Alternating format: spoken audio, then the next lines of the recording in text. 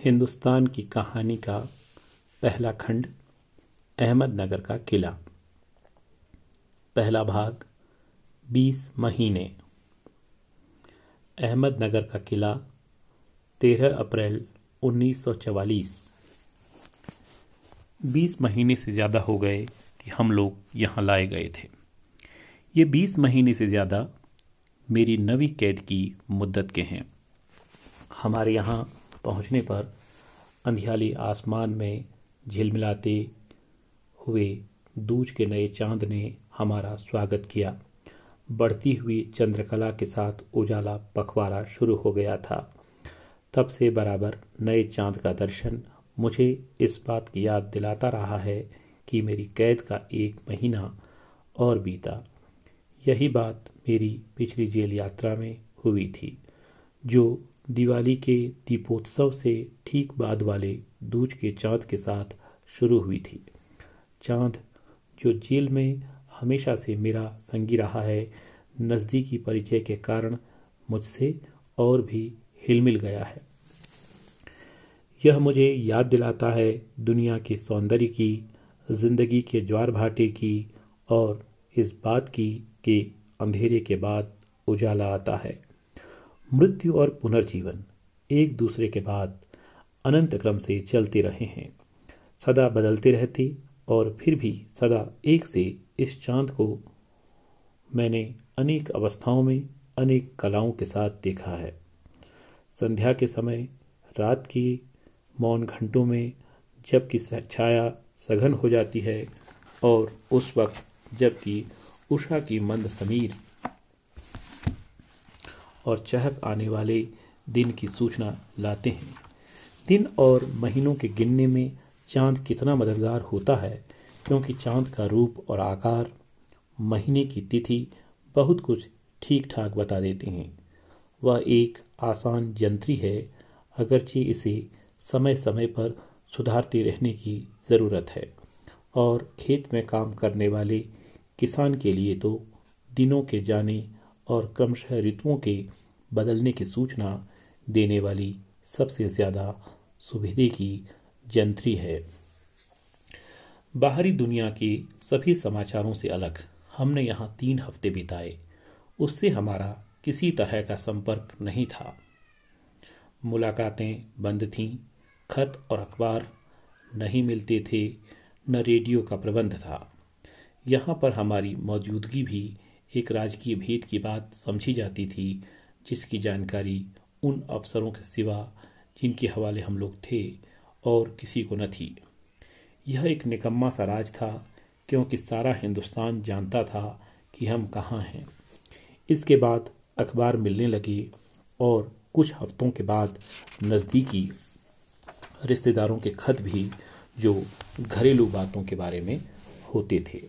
लेकिन इन 20 महीनों में कोई मुलाकातें न हुई, एक दूसरे से संपर्क ही न हो पाए।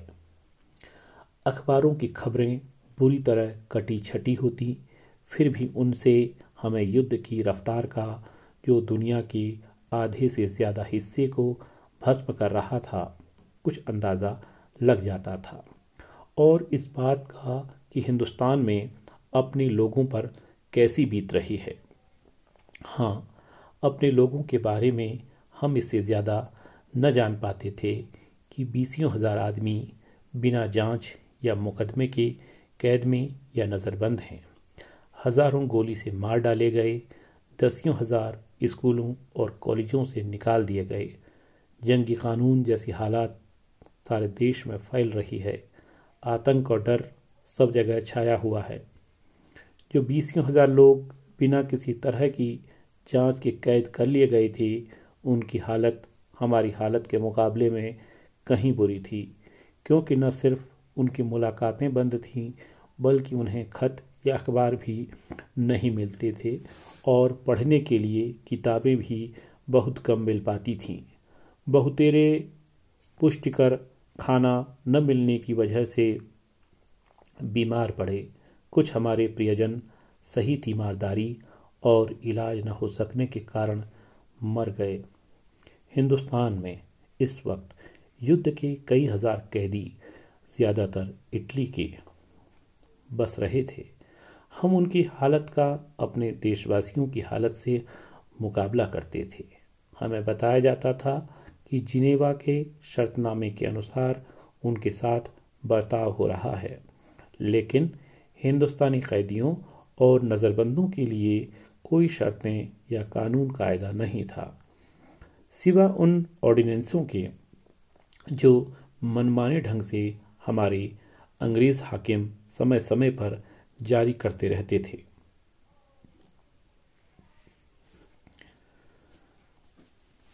दो अकाल अकाल पड़ा, भीषण, दहलाने वाला, ऐसा घोर कि बयान से बाहर। मलाबार में, बीजापुर में, उड़ीसा में और सबसे बढ़कर बंगाल के हरे भरे और उपजाऊ सूबे में आदमी, औरतें, नन्हे बच्चे हजारों की तादाद में रोज खाना न मिलने के कारण मरने लगे। कलकत्ते के महलों के सामने लोग मरकर गिर पड़ते। उनकी लाशें बंगाल के अनगिनत गांवों की मिट्टी की झोपड़ियों में और देहातों में, सड़कों पर और खेतों में पड़ी थीं। आदमी दुनिया में सभी जगह मर रहे थे, जंग में एक दूसरे को मार रहे थे। आमतौर से ये मौतें आनन फानन की मौतें होती, अक्सर बहादुरी की मौतें होती। किसी मकसद, किसी दावे को लेकर ये मौतें होती और ऐसा जान पड़ता था कि इस पागल दुनिया में ये मौतें होने वाली घटनाओं का निष्ठुर परिणाम है। इनसे अंत है उस जीवन का जिस पर हमारा बस नहीं, जिसे हम ढाल नहीं सकते। मौत सब जगह साधारण सी बात हो रही थी, लेकिन यहाँ मौत के पीछे न कोई मकसद था, न कोई हेतु, न उसकी कोई ज़रूरत ही थी। यह आदमी के निकम्मेपन और कठोरता का नतीजा था। यह इंसान की पैदा की हुई थी।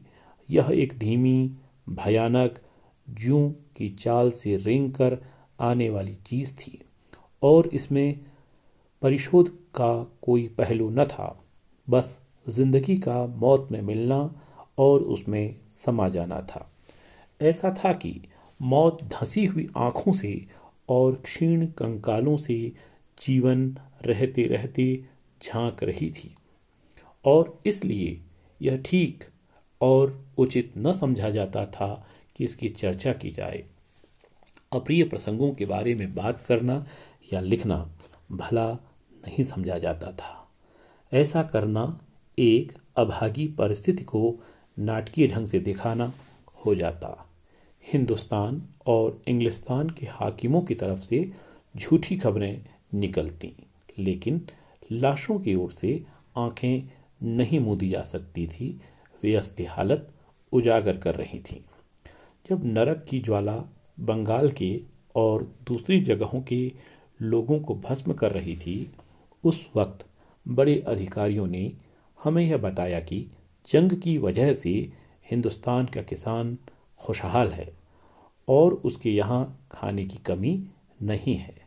बाद में यह कहा गया कि जो हालात पैदा हुई उसमें प्रांतीय स्वराज का कसूर है और हिंदुस्तान की सरकार या लंदन का इंडिया ऑफिस संविधान के अनुसार सूबों के मामले में दखल नहीं दे सकते।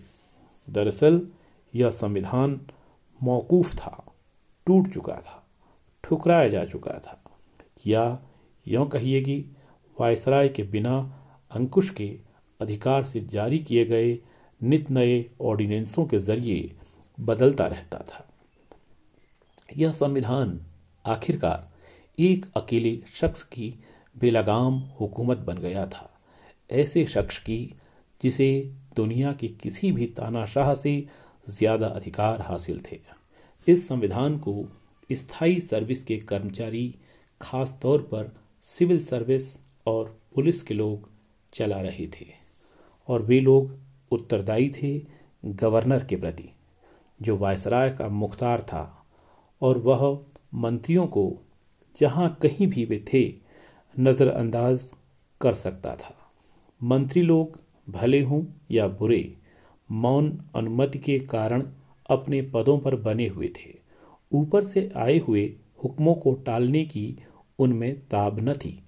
वे सर्विस के लोगों तक की आज़ादी में, जो दरअसल उनके मातहत होते थे, दखल देने का साहस न कर सकते थे। आखिरकार कुछ करना ही पड़ा। थोड़ी बहुत मदद पहुंचाई गई, लेकिन इस बीच 10 लाख या 20 लाख या 30 लाख आदमी मर चुके थे। कोई नहीं जानता कि उन भयानक महीनों में भूख के मारे या रोग से कितने लोग मरे।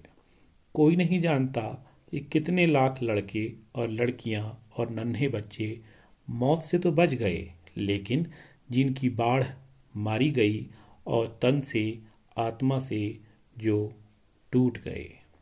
और अब भी व्यापक अकाल और रोग का भय देश पर मंडरा रहा है। प्रेसिडेंट रूजवेल्ट की 4 आज़ादियाँ। प्रेसिडेंट रूजवेल्ट की 4 आज़ादियाँ। अभाव से आज़ादी। फिर भी खुशहाल इंग्लिस्तान और उससे भी ज़्यादा खुशहाल अमेरिका ने शरीर की उस भूख की तरफ ध्यान न दिया जो हिंदुस्तान के करोड़ों आदमियों को मारे डाल रही थी। उसी तरह जिस तरह की उन्होंने आत्मा की उस का तिरस्कार किया जो हिंदुस्तानी के निवासियों को सता रही थी। बताया गया कि धन की ज़रूरत नहीं है, खाना पहुंचाने वाले जहाज़ लड़ाई की ज़रूरतों के कारण मिल नहीं रहे हैं, लेकिन बावजूद सरकारी रोक के और बंगाल की भयानक घटनाओं को कम करके दिखाने की इच्छा के इंग्लिस्तान और अमेरिका और दूसरी जगहों के दिल रखने वाले और हमदर्द लोगों ने, मर्दों और औरतों ने हमारी मदद की। सबसे ज़्यादा मदद की चीन और आयरलैंड की सरकारों ने, जिनके साधन थोड़े थे, जिनके सामने अपनी बड़ी कठिनाइयाँ थीं, लेकिन जो खुद अकाल और दुख का तीखा अनुभव रखते थे, जिन्होंने पहचाना कि हिंदुस्तान के तन और आत्मा को क्या बात पीड़ित कर रही है। हिंदुस्तान की याददाश्त लंबी है, लेकिन और चाहे वह जो कुछ भूले या याद रखे, दोस्ती और हमदर्दी के इन सलूकों को वह कभी न भूलेगा।